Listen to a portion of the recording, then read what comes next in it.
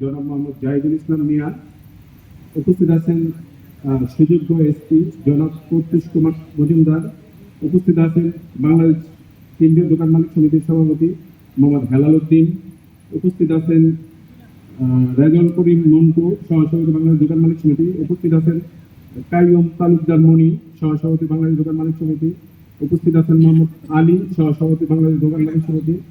উপস্থিত আছেন নারায়ণগঞ্জের আরেক সুযোগ্য আমাদের আইকন, আমাদের তরুণ সমাজের জন্য আশা দিশারি মোহাম্মদ আফজাল হোসেন পন্থী, সাধারণ সম্পাদক নারায়ণ প্রেস ক্লাব। উপস্থিত আছেন আমাদের ব্যবসায়ী সমাজের উজ্জ্বল নক্ষত্র মোহাম্মদ মুর্শেদ সারওয়াল সোহেল, সিনিয়র সহসভাপতি নারায়ণ চেম্বার অফ কমার্স।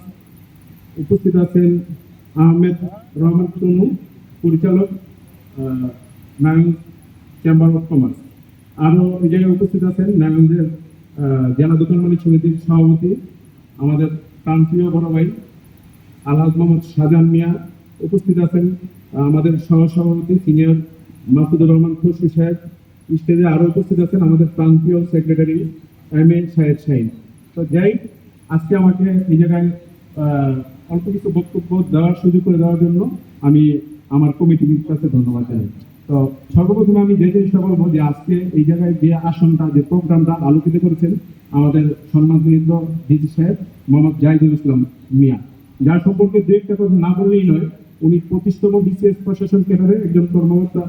2006 সালে তিনি লালমনিরহাট জেলা প্রশাসনের কার্যালয়ের সহকারী কমিশনার হিসেবে কর্মজীবন শুরু করেন এবং সফলতার সাথে উনি রাজবাড়ির ডিসি হওয়ার আগে তিনি নৌ পরিবহন মন্ত্রণালয়ের উপসচিব ছিলেন। গত বছরের 30 অক্টোবর তাকে রাজবাড়ী জেলার ভিসি হিসাবে নিয়োগ দেওয়া হয় এবং মজার ব্যাপার হলো উনি ওই জায়গায় ম্যাজিশিয়ানের মতো কাজ করেছেন। উনি অনেকটা ম্যাজিশিয়ানের মতন কাজ করার কারণে ওই জায়গায় ওনাকে একটা উপাধি দেওয়া হয়েছে যে উনি মানবিক ডিসি। তো আমরা এই জিনিসটা ফিল করি যে এরপর যখন নারায়ণগঞ্জে উনি আসলেন, মোহাম্মদ জাহিদুল ইসলাম মিয়ার যদি শিক্ষাগত ব্যাকগ্রাউন্ড আমরা দেখি, উনি ঢাকা বিশ্ববিদ্যালয় থেকে আন্তর্জাতিক সম্পর্ক বিভাগ থেকে অনার্স এবং মাস্টার্স সম্পন্ন করেন। তার জন্ম টাঙ্গাইলে, সে টাঙ্গাইলের সুযোগ্য সন্তান। তো ব্যক্তিগত জেনারেল যে অত্যন্ত সফল এক ব্যক্তি। তা আমি ওনাকে বলতে গেলে বলবো যে আমরা কিছু ক্লিপস দেখছি যে উনি জননায়কে আসলেন 1 লক্ষ গাছের কথা বললেন এবং শুধু বললেনই না, উনি এটা পালনও করলেন। এইটা পালন করতে গিয়ে বিভিন্ন স্কুল, বিভিন্ন সংগঠনকে উনি সাথে জড়াই নেওয়ার জিনিসটা করলেন।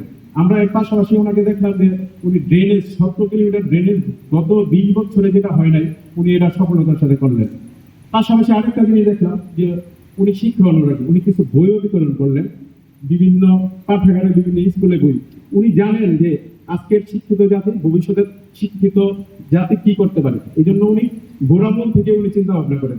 উনি বই নিয়ে চিন্তা ভাবনা করেন, উনি গাছ নিয়ে চিন্তা ভাবনা করেন, উনি পরিবেশ নিয়ে চিন্তা ভাবনা করেন, উনি ড্রেনেজ ব্যবস্থার সুফল কুফল উনি জানেন। এই জন্য উনি যে যা 20 বছর হয় নাই উনি এটা করার চেষ্টা করলেন। তা আমরা ওনাকে ম্যাজিশিয়ান হিসাবে আমি পার্সোনালি বলি যে উনি ম্যাজিশিয়ান, উনি ম্যাজিকের মতো নারায়ণগঞ্জে আসলেন। আসার পর উনি অনেকগুলো কাজ করলেন যেগুলো আমরা বিগত সময়ে পাইনি। তো ওনার থেকে আমাদের দাবিও বেশি।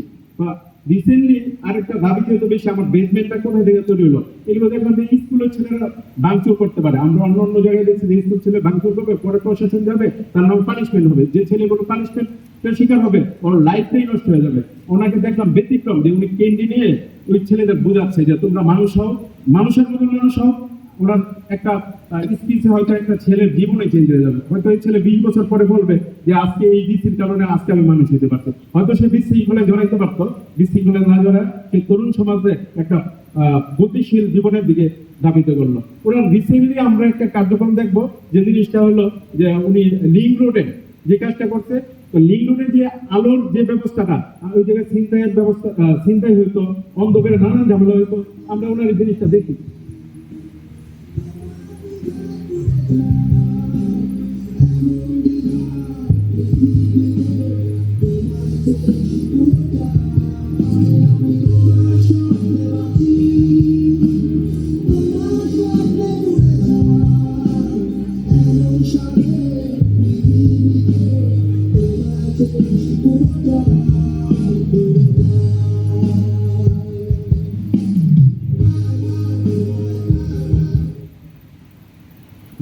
ধন্যবাদ একটু মনোযোগ দিয়ে আপনাদের দেখার জন্য। আজকে এই যে লিঙ্ক রোড, আমরা কিলোমিটার লিঙ্ক রোডে সবুজায়নের জন্য আমরা এই ডিসিকে ধন্যবাদ জানাই, আলোকিত করার জন্য ধন্যবাদ জানাই, এই সমাজকে আলোকিত করার জন্য ধন্যবাদ জানাই। আমি কয়টা সেক্টরের ধন্যবাদ জানাবো।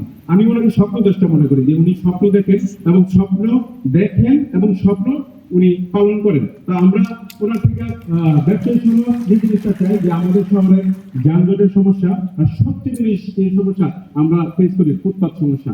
এখন আগে এক লেয়ারে ফুটপাত বসতো, এবং 3 লেয়ারে, রাস্তায় 2 লেয়ারে বসে, আবার ফুটপাতে তুলে, যে জায়গায় আমরা আমাদের স্বাভাবিক চলাফেরা করতে পারি না। বা আমি এদের ক্ষুদ্র ব্যবসায়ী হিসাবে আমি ওনাকে দুটো জিনিস চাইবো, যে আপনি ফুটপাতটা নিয়ে একটু দেখেন, যদি আমাদের বাঁচাতে যান।